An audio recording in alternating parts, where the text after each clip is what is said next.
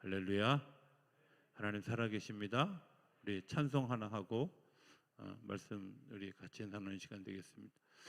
죄에서 자유를 얻게 하면 우리 같이 찬양하겠습니다.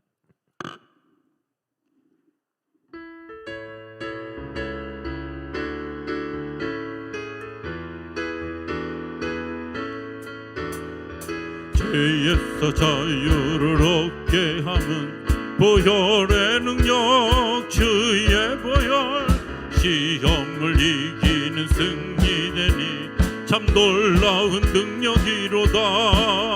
주의 보혈 능력이 또다. 주의 피 믿으오. 주의 보혈 그 어린 양의 매우 귀중한 피로다.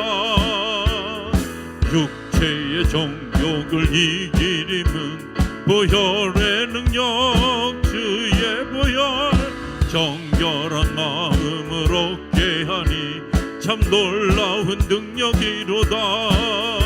주의 보혈 능력이 또다. 주의 피 믿으오. 주의 보혈 그 어린 양의 매우 귀중한 피로다. 눈보다 더 희게 밝히는 것 보혈의 능력 주의 보혈 부정한 모든 것 밝히시니 참 놀라운 능력이로다. 주의 보혈 능력이 또다. 주의 피 믿으오. 주의 보혈 그 어린 양의 매우 귀중한 피로다. 구주의 복음을 전할 제목 보혈의 능력 주의 보혈 날마다 나에게 찬송 주니 참 놀라운 능력이로다. 주의 보혈 능력이 또다. 주의 피 믿으오. 주의 보혈 그 어린 양의 매우 귀중한 피 주의 보혈 주의 보혈 능력이 또다. 주의 피 믿으오. 주의 보혈 그 어린 양의 매우 귀중한 피로다. 주의 보혈 능력이 또다. 주의 피 믿으오. 주의 보혈 그 어린 양의 매우 귀중한 피로다.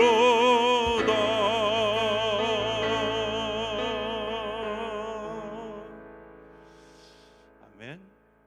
여러분들 이 찬양에 아멘이 되십니까? 그런 역사가 있게 되길 바랍니다. 뭔지 모르지만 일단 아멘 해놓고 보자 이거죠, 그죠? 오늘 설교 제목에 대해서 먼저 좀 얘기를 했으면 좋겠습니다. 미국에 있는 그 19세기경에 미국에 있는 캠브리지 대학에서 종교학 시험 시간에 문제를 냈습니다. 오늘 본문 요한복음 2장 1절부터 11절까지의 말씀, 가나의 혼인잔치에서 물로 포도주를 만든 사건에 대해서 논하시오. 이렇게 신학교 시험 문제들은 가끔 이런 문제들이 있습니다. 뭐에 대해서 얘기하십시오, 논하십시오, 뭐 이런 문제들이 있는데 갑자기 이제 이런 문제가 나오니까 얼마나 당황했겠어요, 그죠? 근데 한 학생은 유난히 창문 밖에만 쳐다보고 답을 안 쓰는 거예요. 그러니까 교수님이 약간 좀 불편해지셔서 뭐라고 얘기하냐면 뭐 답 쓸 게 없어서 답을 안 쓰면 무조건 F다 이러고 협박을 해도 미동도 하지 않고 밖에만 쳐다보고 있는 거예요. 시험 끝날 때가 다 됐는데 뭐라고 열심히 쓰더래 그 학생이. 그게 오늘 설교 제목이에요. 물이 주인을 만나니 얼굴이 붉어지더라. 감이 오시나요? 예. 여기 굉장히 막 많은 것들이 숨겨져 있어요. 바이런이라고 하는 시인이 그 답을 써. 그 학교 생긴 일에 만점 받은 유일한 답이라는 거예요. 물이 주인을 만나니. 누굴 만났다고요? 주인을 만났다고. 그리고 주인을 만났는데 얼굴이 붉어졌다는 거예요. 굉장히 시적이고 제가 막 이 구절을 이렇게 읽으면서 막 되게 가슴에 와닿았어요. 근데 여러분들 표정이 별로 감동이 없는 표정이에요. 나만 그런가 도대체. 야, 어떻게 이런 기발한 생각을 할 수 있을까? 그리고 그 안에 모든 걸 포함한. 제가 이제 오늘 그런 얘기를 좀 하고 싶어서 그래요. 자, 우리가 이제 인생을 살아가면서 이런 위기를 만나잖아요. 그렇죠? 위기라는 것은 내가 생각하지 않았던 일을 경험하는데, 생각하지 않았던 일을 경험하다 보니까 해결책도 없어요. 문제라고 생각하는 것이 해결책이 있는 것이 해결책을 있는 걸 우리는 문제라고 얘기하지 않아요. 그거는 답 쓰면 돼. 그런데 뭐가 문제냐? 내가 생각하지도 않았는데 대책도 없어. 그리고 나로서는 이 문제를 해결해 갈 능력이 전혀 없어. 그럴 때 우리는 어떻게 할까? 우리는 어떻게 할까 하는 거죠. 여러분들은 어떻게 하십니까? 내가 지금 문제 앞에 있는데 이 문제 앞에서 한숨 쉰다고 해결되지 않아요. 운다고 해결되지 않아요. 예. 그 작은 글씨, 큰 감동 이런 책자가 있어요. 이렇게 그냥 뭐 다달이 한 번씩 나오는 그 책자에서 제가 언뜻 지나가면서 읽었던 한 에피소드가 있는 거예요. 어느 날 남편이 집을 나서는데 아침 먹자니까 아침 먹을 마음이 없다고. 그래서 그냥 집을 나갔어요. 당연히 직장에 나가려니 생각했는데 그 남편은 한강을 가고 있었어요. 그리고 한강에서 투신 자살을 하기 위해서 뛰어내렸어요. 119 구조대가 그 사람을 구해서 간신히 이제 생명이 되어지고 난 다음에 부인이 그 병실에 찾아와서 이렇게 이야기하더라는 거예요. 당신이 죽으면 나머지 식구들은 어떻게 하느냐고. 이해되시나요? 죽어서 해결하는 문제가 아니라는 거죠.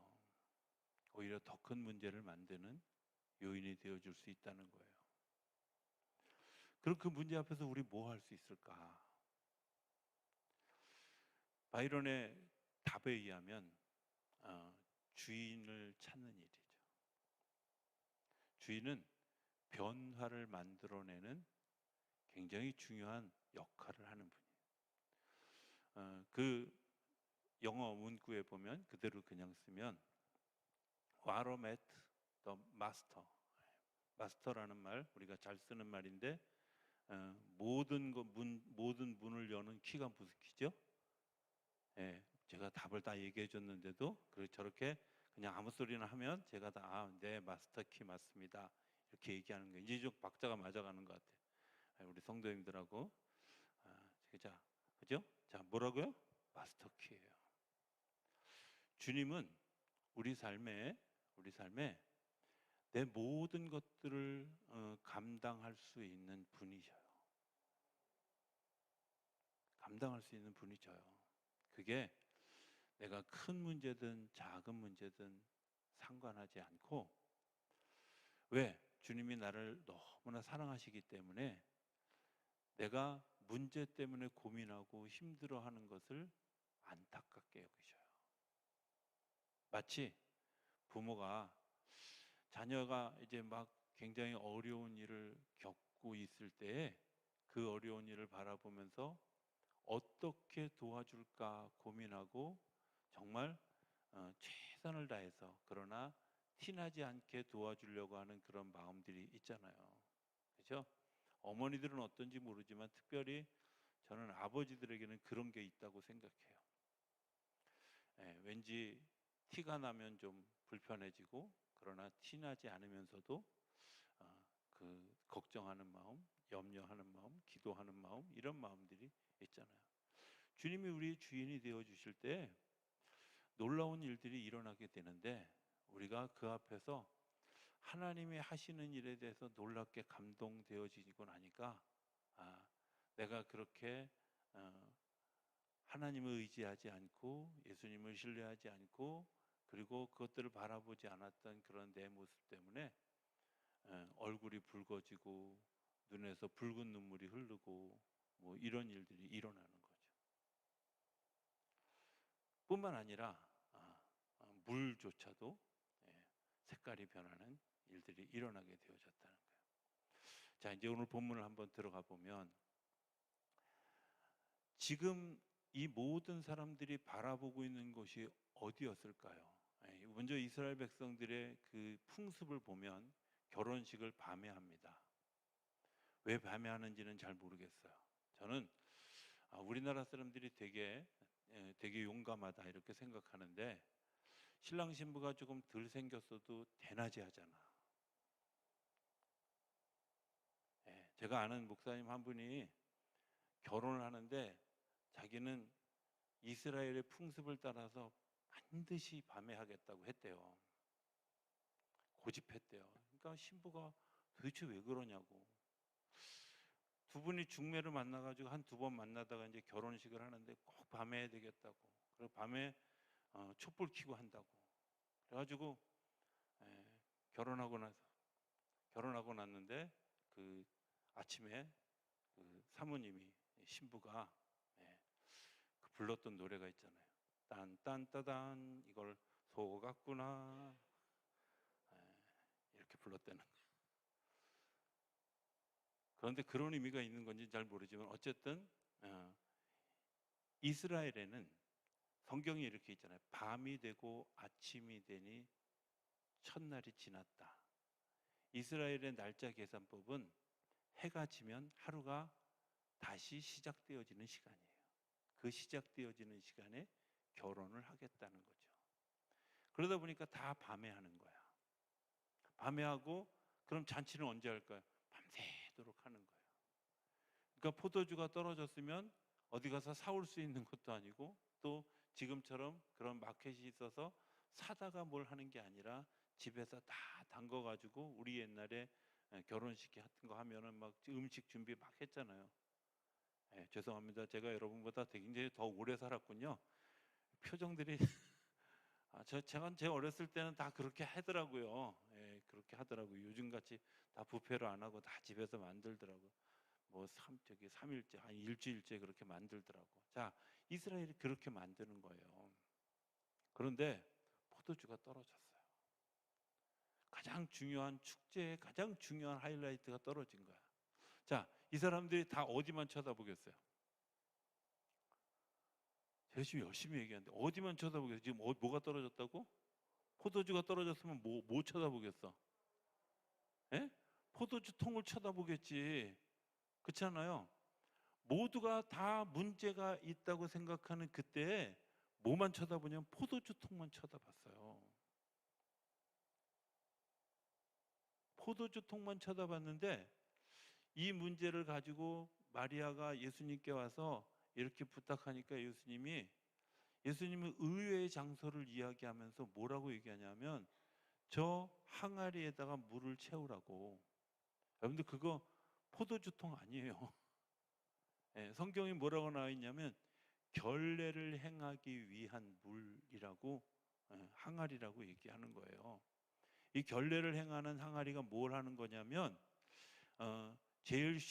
아주 그냥 쉽게 생각하면 오는 손님들 발을 씻어주는 물이고요. 조금 더 성경적으로 접근해 보면 이 결례를 행하는 물은 사람들이 가지고 있는 그 더러움을 깨끗하게 하는 율법적인 물이야. 그런데 내 죄를 씻어주지는 않고 내 죄를 씻어줄 수는 없고 그냥 미봉책으로 당신이 죄인이 아닙니다. 뭐 이런 정도의 미봉책으로 어떤 사건에 대해서 어떤 상황에 대해서 이분의 죄를 용서해 주는 역할을 해주는 게 결례를 행하는 항아리에 든 물이에요. 근데 예수님은 사람들에게 뭐라고 하냐면 저 결례를 행하는 저 항아리에다가 갖다 물을 부으라는 거예요. 저는 성경 읽으면서 진짜 이상하게 생각했던 첫 번째 의문이 뭐였냐면, 아니 귀양 포도주를 만들 작정이면 포도주 통에다 물을 부라고 하시지 왜 하필이면 결례를 행하는 거기에 부라고 하셨을까? 궁금하지 않아요? 오늘 우리가 문제를 만나면 우리가 뭐 자꾸 쳐다보냐면, 예, 제가 좀 전에 얘기했잖아. 포도주 통 쳐다보는 거예요. 포도주가 떨어졌네. 이거 어떻게 해야 되지? 하고 걱정하는 거예요. 예수님의 관점과 우리의 관점이 굉장히 다르잖아요. 우리의 관점은 문제, 상황 이런 것들에게 우리의 관점이 있는데 주님은 거기에 관점이 있는 게 아니라 또 다른 이 위기를 통해서 또 다른 역사를 만들어갈 그 일들을 주님이 바라보고 계시는 거예요. 여러분들 이 근원에는 내가 문제를 극복할 힘이 없음을 고백하고 마스터 주님을 요청하는 일이 필요한 건데 우리는 여전히 주님을 요청하지 않고 포도주 통만 쳐다보고 있는 거예요. 성도들과 만나서 여러 이야기를 하고 상담하고 하다 보면 다 뭐 얘기하냐면요, 문제만 얘기해요. 그렇죠? 포도주 통만 쳐다보고 얘기하는 거예요. 그리고 절망해요. 포도주가 떨어졌어요. 내 몸에 병이 들어서, 내 이 포도주 통에 병이 들어가지고 병균이 다 임했어요. 어떻게 해요? 내 포도주의 곡간이 다 거들났어요. 어떻게 해요? 그런데 예수님은 거기에 해결책을 두지 않으셨다는 거예요. 어디에 주님의 물을 채우라고 얘기했냐면 근본적인 문제, 내 삶의 주인이 누군가, 내 삶의 주인은 진정한 누군가 하는 것들을 분명하게 찾으라는 거예요. 여러분들의 문제를 해결해 주고 여러분들을 또 다른 차원의 삶으로 인도해 줄 그분이 우리를 기다리고 있는 그곳을 향해서 우리의 시선을 돌리는 일이 중요한 거예요. 말씀은 우리에게 그 시선을 그 주인에게로 다가갈 수 있도록 우리의 시선을 옮겨주는 역할을 하는 거예요. 내 시선이 어디에 있는지, 문제에 있는지 아니면 내가 주인을 찾고 있는지 돌이켜보아야 되는 거예요. 자, 주인을 찾았다면 어떻게 해야 될까? 어머니 마리아는 뭐라고 얘기하냐면 저분이 하라는 대로 하라는 거예요. 저분이 하라는 대로. 주인을 찾았으면요, 주인이 하자는 대로 하는 거예요. 간단하지 않아요? 어떻게 생각하면 제 예수 믿는 것처럼 이렇게 간단한 일이 없는데 예수 믿는 걸 되게 복잡하게 생각하는 분들이 있어요. 쉬워요. 주인 찾고요. 주인이 하자는 대로 네 하면 되는 거예요. 근데 그 간단한 걸 그렇게 못하네. 제가 고등학교 다닐 때 한국에 예수전도단이 들어와서 그 예수전도단 이제 그 찬양하는 모임, 우리 지금 오늘 우리 김웅수 권사님 했던 혹은 우리 오후 예배 때 드렸던 그런 그 찬양의 원조가 사실은 예수전도단의 그 찬양팀이었어요. 그 찬양을 뭐 정말 1시간도 넘게 해요. 그 모임에 가면 1시간도 넘게 하고 설교도 막 어떤 때는 1시간 넘게 설교를 하고 약간 예배 시간이 3시간 뭐 저녁 6시 반에 그 명동에 있는 YWCA 그 지하 강당에서 모여서 예배를 드리는데 막차가 떨어질까 걱정할 만큼 예배가 늦게 끝나. 근데 그 예배 그렇게 정말 제가 그때 되게 좋았어요. 그래서 이제 그 예배에 자주 가곤 했는데 어느 날 그 설교하시던 목사님이 갑자기 뭐라고 얘기하시냐면 여러분의 이제 그날 뭘 설교하셨냐면 물 세례와 성령 세례에 대한 이야기를 쭉 하셨어요. 근데 제가 막 설교를 들으면서도 나도 성령 세례를 경험했으면 좋겠다. 막 이런 마음이 뜨거운 마음이 막 드는 거예요. 그 뜨거운 마음이 들어서 야 정말 내가 오늘 저녁에 기도하고 성령이 내게 그런 성령 세례가 내게 임했으면 좋겠다 이런 마음을 가졌는데 이 목사님이 갑자기 뭐라 그러시냐면 여러분들 중에 오늘 성령 세례 받기를 원하시는 분 있으면 일어서시래요. 근데 여기서 갑자기 문제가 생긴 거예요. 내가 태어나기 10달 전부터 교회 다니기 시작해서 고등학교 2학년 때까지 내가 그래도 교회 고등부 중등부 때 중등부 회장도 하고 고등부 때 총무도 하고 막 이렇게 내가 신앙생활 정말 열심히 하고 아버지가 목회했던 그런 그 집의 아들인데 아직도 성령 세례를 못 받았어? 이런 생각을 나랑 같이 갔던 우리 교회 다른 학생들이 할까봐 못 일어나는 거예요. 일어날까 말까 막 엉덩이를 들썩들썩 하고 있는데 갑자기 또 뭐라 그러시냐면 목사님이 앞으로 나오세요. 우리 교회 청년들이 막 저기 우리 학생들이 몇 나가서 막 정말 그날 밤에 막 성령이 임하고 성령 세례 받고 야 너무 행복한데 제가 돌아오는 버스 안에서 막 그놈의 체면이 이러면서 머리를 쥐어박았어요. 근데 제가 그날 그거 한 번 못 나간 것 때문에 1985년 3월 21일 날 성령 세례를 경험할 때까지 한 8년 가까운 시간을 허비한 거예요.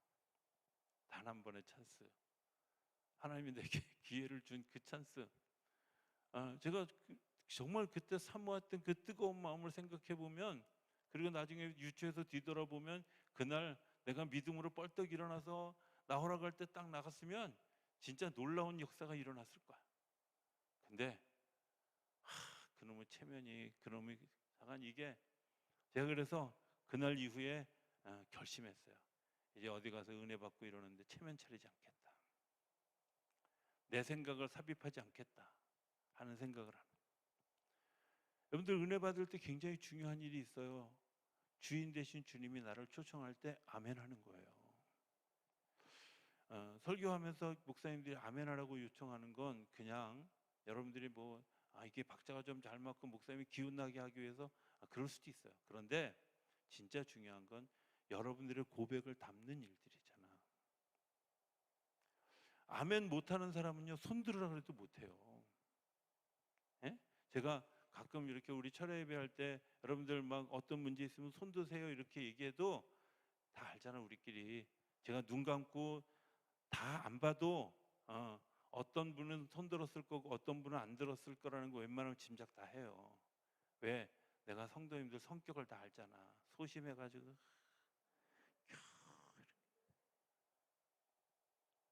제가 웬만하면 나오라는 소리 잘 하거든요. 제가 부흥회 가면 여러분들 나오세요. 제가 기도해 드릴게요. 나오라는데 어떤 교회는 3분의 2가 나오는데 내가 볼 때 우리 교회는 여러분들 나오세요. 그러면 4명 나올 거야 내가. 여러분들이 그 4명 중에 속해 있기를 기도하십시오. 그렇잖아. 주님이 우리에게 요청하실 때요 아멘하고 가는 거야. 주님이 우리에게 주인이잖아. 그분이 나의 삶의 주인이잖아. 그분이 나의 삶을 해결할 문제를 가지고 해결해 주실 분이잖아요. 아니 해결뿐만 아니라 그거 너머에 일하시는 일들을 보여주실 분이잖아. 그러면 그분이 하자고 할 때 네 하는 거죠. 아멘 하는 거잖아요. 내가 거기에 대해서 손을 반응하는 거잖아요. 저는 정말 그날 그 시간을 잊어버리지 못해요. 1978년 10월 17일이었어요. 제가 얼마나 억울하면 날짜를 기억하고 있겠어. 그것 때문에 제가 8년 가까운 시간을 소비하고 성령 세례 받고 난 다음에 주여 죄송합니다. 허송 세월 보내니 몸 엎드려 우옵니다. 얼마나 찬송했는지 몰라요. 그때 주님이 나를 부르셨을 때 아멘 하고 갔더라. 여러분들 월요일부터 부흥회 하는데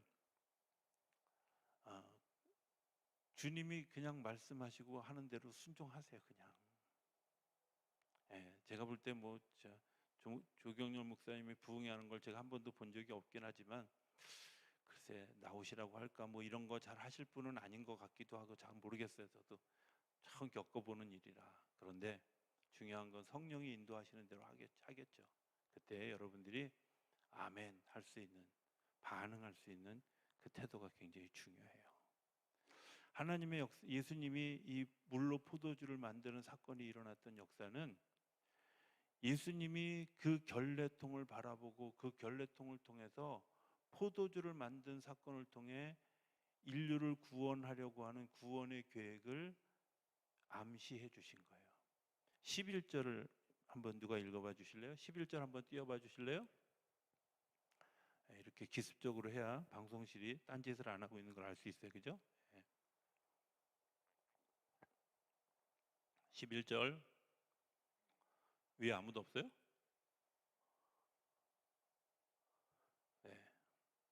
네, 안 됐어요. 예수께서 이 첫 표적을 갈릴리 가나에서 행하여 그의 영광을 나타내심에 제자들이 그를 믿으니라. 여기 지금 뭐라고 돼 있어요? 이적이라 그랬어요? 표적이라 그랬어요? 기적이라 그랬어요?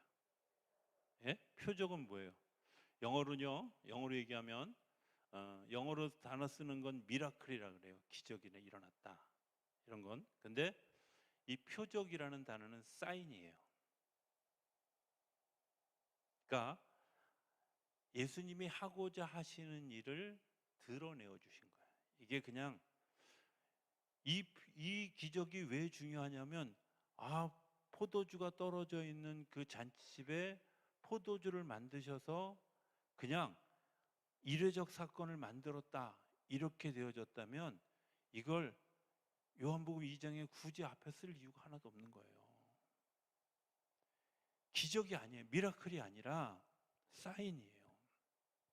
표적이에요. 예수님이 하시고자 하는 일을 나타내는 거. 내가 너희를 그 결례통에 물을 넣은 것을 통해서 너희를 보혈로 깨끗이 씻겨 주었기에 너희가 이제 구원받은 하나님의 백성이 되었다고 하는 하나님의 구원 역사를 나타내 주는 거예요.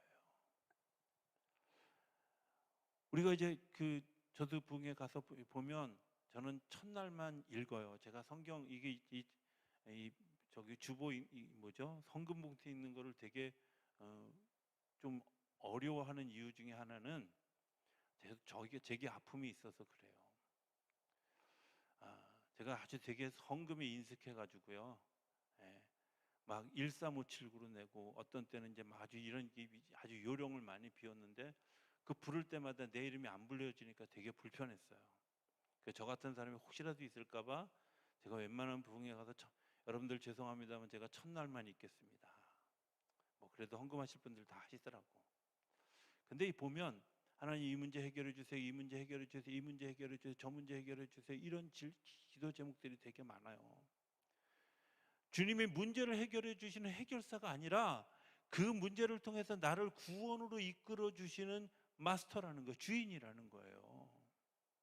나는 지금 비어있는 그 포도주 틀만 쳐다보지만 주님은 우리로 하여금 우리의 시선을 포도주 틀 넘어 결례통을 넘고 그 보혈을 넘어서 구원의 역사를 이루어 주실 하나님을 바라보게 하시는 거예요. 여러분들이 문제를 가지고 있는 거, 갈증을 가지고 있는 거, 그거 가지고 기도하셔요. 그런데 놀라운 건 하나님이 그 문제만 해결해 주시는 것이 아니라 여러분들을 구원의 자리로 이끌어 가시는 줄로 믿습니다. 그런 역사가 일어나는 거예요. 교회는 문제를 해결해 주는, 그 문제를 해결한 것 때문에 내가 기뻐하고 즐거워하는 게 문제가 아니라요, 그것을 통해서 내가 그분이 주인인 것을 다시 고백하고 내가 영원한 생명을 얻을 것에 대한 확신을 가지는 디딤돌 하나를 만드는 일이 하나님의 역사를 경험하는 거예요. 저는 오늘 밤에도 그렇고 이번 부흥회 기간에 우리 성도님들 간에 그런 표적이 일어나게 되기를 기대합니다. 문제 가지고 왔지만 문제만 해결되어지는 것이 아니라 그 문제 너머에서 일하시는 하나님을 보는, 그래서 정말 하나님이 여기 계셨는데 내가 알지 못했구나, 하나님이 내 마음속에 찾아오셔서 들려주신 말씀 때문에 내가 다시 새 일을 행할 수 있는 그런 일들이 일어나게 되기를 기대합니다. 그런 역사를 일으켜 세워주실 줄로 믿습니다. 오늘 성경 그 얘기를 하는 거예요. 그저 그냥 한 번의 사건으로 문제를 해결해주는 해결사가 아니라요, 그 문제를 가지고 영원한 생명으로 이끌어 가시는 하나님. 제가 이제 한번 우리 점치는 분들하고 이렇게 이야기를 한 적이 있어요. 그분들은 좀 놀랍게도요, 하나님이 살아계신 것을 알아요. 예, 아셔요. 제가 사석에서 얘기한 적이 있는데요. 저희 동네에 주택복권, 옛날에 주택복권 당첨돼 가지고 1,000만 원짜리, 죄송합니다. 여러분들은 로또밖에 모르시는데 제가 주택복권 얘기를 해서 있었어요. 옛날에 그런 거요. 예. 좀 그냥 알면 좀 끄떡끄떡하고 좀 반응을 해야 되는데 난 도대체 로봇하고 지금 예배를 드리는 것 같은 느낌이에요.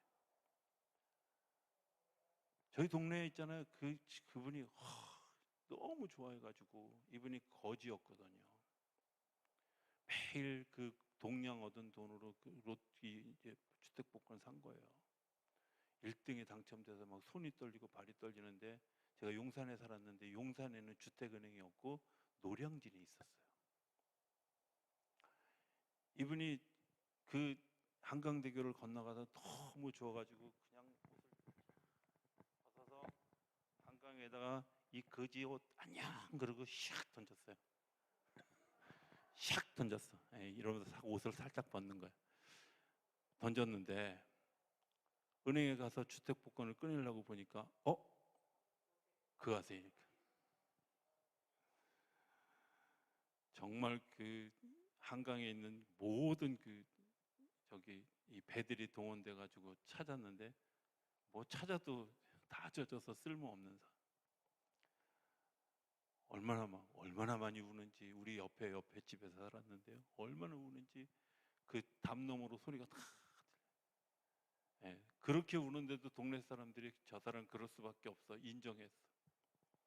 그런데 어느 날 교회를 나가는 거예요. 이 뒷얘기는 나중에, 제가 더 긴 얘기를 못하기 때문에 나중에 잠깐 그분을 아주 우연한 장소에서 만나서 그분에게 들어줬던 얘기. 그래가지고 점쟁이를 찾아갔대. 나는 앞으로 자빠져도 뒤로 자빠져도 코가 깨지는 놈이다, 이렇게 생각이 들어 점장이를 찾아갔더니 점장이가 딱 얼굴 쳐다보더니 주택복권 얘기 전혀 꺼내지 않았는데, 너같이 재수 온 붙은 놈은 교회 가야 된다고 그랬대. 그래서 교회를 다니기 시작한 거예요. 근데 교회 가서 은혜 받고 노가다 시작하다가 이렇게 뭐 노가다를 이렇게 팀을 만들어서 이끄는 사람을 십장이라 그런다며요. 그거 하다가 건물 졌는데 그 건물 지은 건물주가 미국으로 이민 가면서 이 사람 대출해 줘가지고 그거 팔아서 샀는데, 그 땅이 하필이면 평당 8천만 원 하는 어마어마한 땅값이 있는 또 부자가 됐을 때 제가 만났어요. 자기는 주택복권 잃어버린 게 하나님의 은혜라는 거예요. 이런 얘기를 듣고도 주택복권이나 로또 사는 사람들은 미련한 사람들이에요. 어찌됐든 자, 그분이 한 말, 귀신들은 알아요, 누가 주인인지. 너같이 일생이 안 되는 사람은 예수 믿어야 된다고. 저는 그분만 그렇게 들은 줄 알았어요. 제가 그 신앙생활 저와 더불어서 처음 시작하고 세례받은 분 중에 자기도 똑같은 얘기를 들었대요. 점집에 갔는데 점치는 걸 너무 좋아. 점집에 갔는데 당신같이 이거 해도 안 되고 저거 해도 안 되는 사람은 교회 가야 된다고. 근데 안 다니고 버티고 있었대. 귀신도 아는 일이에요. 그들의 한계는 뭐예요? 문제를 해결해 주는 것까지는 할 수 있을는지 몰라. 그런데 주인 되신 주님만 우리를 문제뿐만 아니라 문제 너머에서 일하실 하나님의 놀라운 일들을 이끌어 가시는 줄로 믿습니다. 저는 이번 오늘 저녁의 집회와 그다음에 우리 부흥회를 통해서 저는 우리 성도님들이 그런 놀라운 역사, 그래서 문제 그거 문제도 아니야 이렇게 내게 오직 주밖에 없네 이런 고백이 저와 여러분들 가운데 나타나는 그런 시간들이 되어줄 수 있게 되기를 기대합니다.